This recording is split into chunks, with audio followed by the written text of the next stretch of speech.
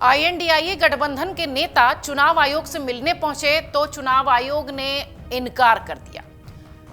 इनकार करने के बाद कांग्रेस ने निर्वाचन आयोग की आलोचना की और कहा कि यह अन्याय है।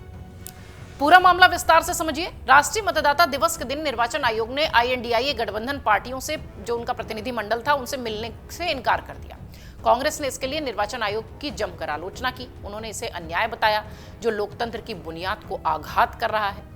कांग्रेस के राष्ट्रीय अध्यक्ष मल्लिकार्जुन खड़गे ने कहा कि राष्ट्रीय मतदाता दिवस अपने प्रतिनिधियों को चुनने की स्वतंत्रता का प्रयोग करके अपने भाग्य का निर्धारण करने की लोगों की शक्ति की पुष्टि करता है।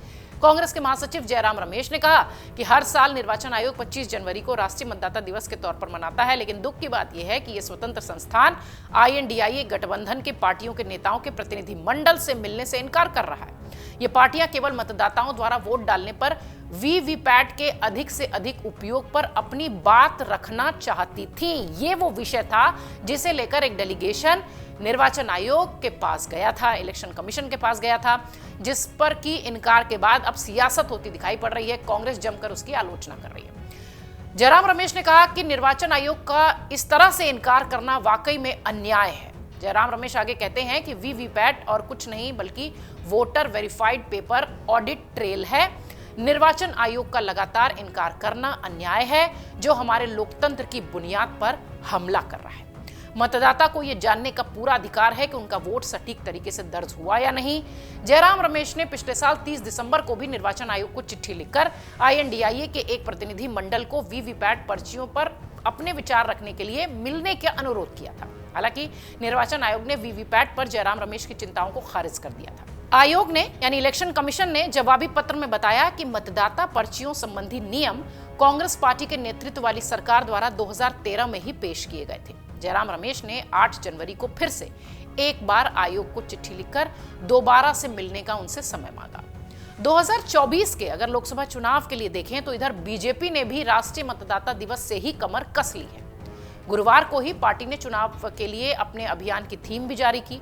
इसकी शुरुआत में कहा गया कि सपने नहीं हकीकत बुनते हैं, तभी तो मोदी जी को चुनते हैं। बीजेपी ने इसकी लॉन्चिंग का ऐलान राष्ट्रीय मतदाता दिवस के दिन ही किया और इस थीम को लोगों के बीच में रखा और बीजेपी ने जनता की इस भावना को अपनाया है। ये बात भी उन्होंने अपने कैंपेन में रखी है।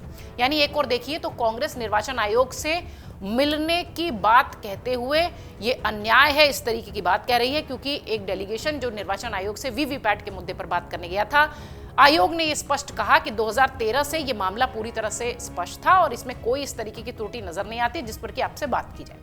इधर बीजेपी ने तैयारी की हुई है। बीजेपी ने राष्ट्रीय मतदाता दिवस के दिन से ही नई थीम जो है अपनी पीएम मोदी की गारंटी जन अभियान की शुरुआत कर दी है। जो न्यू वोटर्स हैं, नव मतदाता हैं, उनके लिए एक सम्मेलन भी रखा गया पीएम मोदी की तरफ से और उन्होंने एक वीडियो जारी किया जिसमें कि करोड़ों लोगों के सपनों और आकांक्षाओं को दर्शाया गया। इस वीडियो में बाकायदा इसका जिक्र हुआ था। यानी दो प्रमुख पार्टियां राष्ट्रीय मतदाता दिवस के दिन दोनों ही अपने अलग अलग एजेंडों पर काम करती हुई, सियासत की यही खूबसूरती है। दोनों ही पार्टियां एक साथ चुनावी मैदान में उतरने की तैयारी कर रही हैं और लोकसभा चुनाव से पहले इस तरीके की तस्वीर दिखाई पड़ती है कि इलेक्शन वोटर जो हैं उनको लुभाने के लिए किस तरीके से दोनों ही पार्टियां अपने काम को राष्ट्रीय मतदाता दिवस के दिन से ही शुरू कर रही हैं। आईएनडीआईए गठबंधन की तरफ से बेहद नाराजगी है। लगातार उनकी तरफ से ये कहा जा रहा है कि इलेक्शन कमीशन ने हमारे डेलीगेशन से न मिलकर अन्याय किया है। अब ये मामला कितना तूल पकड़ता है ये देखने वाली बात होगी। हालांकि इलेक्शन कमीशन की तरफ से पत्र जारी करके इसका जवाब दिया जा चुका है। अगर आप ये वीडियो YouTube पर देख रहे हैं तो हमारे चैनल को सब्सक्राइब करें और बेल आइकन को दबाना ना भूलें। अगर आप Facebook पर ये वीडियो देख रहे हैं तो हमारे पेज को लाइक करें।